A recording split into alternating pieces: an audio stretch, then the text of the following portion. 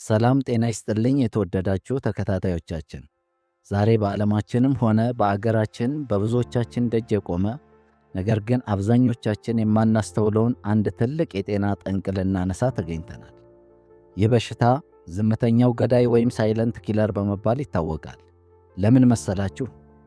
ምንም አይነት የህመም ስሜት ሳያሳያችሁ ለዓመታት በውስጣችሁ ሊኖር ይችላል። አንድ ቀን ግን በድንገት የልብ ድካም ወይም የጭንቅላት ደም መፍሰስ ወይም ስትሮክ አስከትሎ ሕይወትን ያበቃል። አዎ፣ የምናወራው ስለ ከፍተኛው የደም ግፊት በሽታ ነው።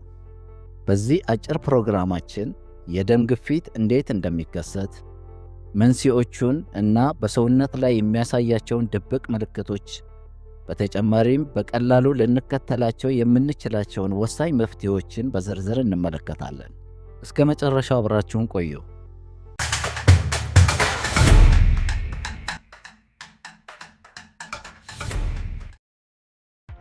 የደም ግፊት መንስኤዎች። የደም ግፊት ማለት ደም በደም ስሮቻችን ውስጥ ሲያልፍ በግድግዳዎቻቸው ላይ የሚያደርሰው ግፊት ከተገቢው መጠን በላይ ሲሆን ነው። ታዲያ የዚህ በሽታ ዋና መንስኤዎች ምንድን ናቸው? በሁለት ዋና ዋና ክፍሎች እንከፍላቸዋለን። በመጀመሪያ ደረጃ የምንመለከተው ቀጥታ መንስኤ የሌላቸው ወይም ፕራይመሪ ሃይፐርቴንሽን የምንለው ነው። አንደኛ፣ የዘር ሐረግ ወይም ጄኔቲክስ። በቤተሰቡ ውስጥ የደም ግፊት ታሪክ ካለ ለእርሶም የመጋለጥ ዕድሉ ከፍተኛ ይሆናል ማለት ነው። ሁለተኛ፣ እርጅና ወይም ዕድሜ ሲገፋ የሚመጣ። ዕድሜ እየጨመረ ሲሄድ የደም ስሮቻችን የመለጠጥ አቅማቸው ስለሚቀንስ ግፊት ይፈጠራል። በሁለተኛ ደረጃ የምንመለከተው የአኗኗር ዘይቤ እና ሁለተኛ ደረጃ መንስኤዎችን ወይም ሰከንደሪ ኮዝስ የምንለው። አንደኛ፣ ከመጠን በላይ ጨው መመገብ። ጨው በሰውነታችን ውስጥ ውሃ እንዲይዝ ያደርጋል። ይህም በደም ስሮች ላይ ያለውን ግፊት ይጨምራል። ሁለተኛ፣ እንቅስቃሴ አለማድረግና ከመጠን በላይ ውፍረት። የሰውነት ጭማሪ ልብ ደም ለመጭመቅ አላስፈላጊ ድካም እንዲሸከም ያደርጋል። ሶስተኛ፣ አልኮልና ሲጋራ። ሲጋራ ውስጥ ያለው ኒኮቲን የደም ስሮችን በማጥበብ ግፊት እንዲከሰት ያደርጋል። አራተኛ፣ ከፍተኛ የስነ ልቦና ጭንቀት ወይም ስትረስ። ጭንቀት በሰውነታችን ውስጥ ኮርቲሶል እና አድሬናሊን የተባሉ ሆርሞኖችን በመልቀቅ የደም ስርዓትን ያዛባል። አምስተኛ፣ ሌሎች የጤና ችግሮች።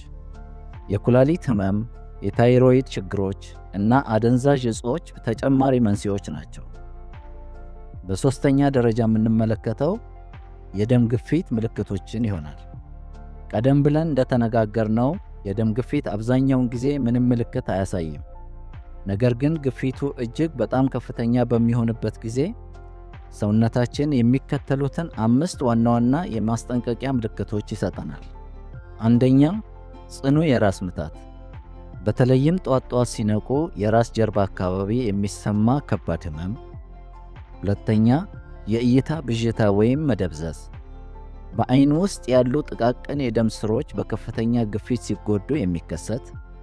ሶስተኛ፣ የልብ ምት መዛባት እና የትንፋሽ መቆራረጥ። ጥቂት እርምጃዎችን ሲራመዱ ወይም ደረጃ ሲወጡ ፈጣን የልብ ምትና የትንፋሽ ማጠር። አራተኛ፣ የጆሮ ውስጥ ድምፅ። በጆሮ ውስጥ የችኮላ ወይም የጩኸት ድምፅ መሰማት። አምስተኛ፣ የድካም ስሜት ወይም የማዞር ስሜት። ያለምንም አላስፈላጊ ሥራ ከፍተኛ የሆነ የሰውነት ድካም። በአራተኛ ደረጃ ውጤታማ መፍትሄዎችን በዝርዝር እንመለከታለን። የደም ግፊት በሽታን በመድኃኒት ብቻ ሳይሆን በሚከተሉት ቀላል የዕለት ተዕለት ውሳኔዎቻችን ሙሉ በሙሉ መቆጣጠር እንችላለን። አንደኛ፣ የምግብ አበላል ሥርዓትን በመለወጥ። ሁለተኛ፣ የጨው አጠቃቀምን ማለትም በቀን ከ1 የሻይ ማንኪያ በታች ማድረግ። ሶስተኛ፣ አትክልት፣ ፍራፍሬና ሙሉ እህል ያላቸውን ምግቦች ማብዛት። ለምሳሌ ፖታሺየም ያላቸው ምግቦች እንደ ሙዝ እና ስፒናች ግፊትን ለመቀነስ ይረዳሉ። አራተኛ፣ አዘውትሮ አካላዊ እንቅስቃሴ ማድረግ። በቀን 30 ደቂቃ፣ በሳምንት 5 ቀን ፈጣን እርምጃ ወይም ዋና መዋኘት የደም ስሮችን ያላላል። 5 የሰውነት ክብደትን መቀነስ። የሚያስቡትን ያህል ከባድ አይደለም። ከ3 እስከ 5 ኪሎ ግራም መቀነስ እንኳ የደም ግፊትን በእጅጉ ያወርደዋል። ስድስተኛ አልኮልና ሲጋራን ማቆም። የደም ስሮችን ጤንነት ለመመለስ የመጀመሪያው እርምጃ ሲጋራን ሙሉ በሙሉ ማቆም ነው። ሰባተኛ ጭንቀትን መቆጣጠር። በቂ እንቅልፍ ማግኘት፣ እረፍት ማድረግ እና የመንፈስ ሰላም የሚያገኙበትን መንፈሳዊና ስነ ልቦናዊ እንቅስቃሴዎች ማድረግ። ስምንተኛ የሐኪም ትዕዛዝን በአግባቡ መከተል። መድኃኒት ከታዘዘሎት ደህና ነኝ ብለው በራስዎ ውሳኔ በፍጹም ማቆም የለበትም። የተወደዳችሁ ተከታታዮቻችን፣ የደም ግፊት በሽታን መቆጣጠር ማለት ረጅም ደስተኛና ጤናማ ሕይወትን መምረጥ ማለት ነው። ይህ መረጃ ለእርሶና ለወዳጅ ዘመዶ ጠቃሚ ሆኖ ካገኙት ላይክና ሼር በማድረግ የሰዎችን ሕይወት ይታደጉ። አዳዲስ የጤና መረጃዎች እንዲደርሷችሁ ገጻችንን ሰብስክራይብ፣ ፎሎ ማድረጋችሁን አትርሱ። ጤናችሁ ሀብታችሁ ነው።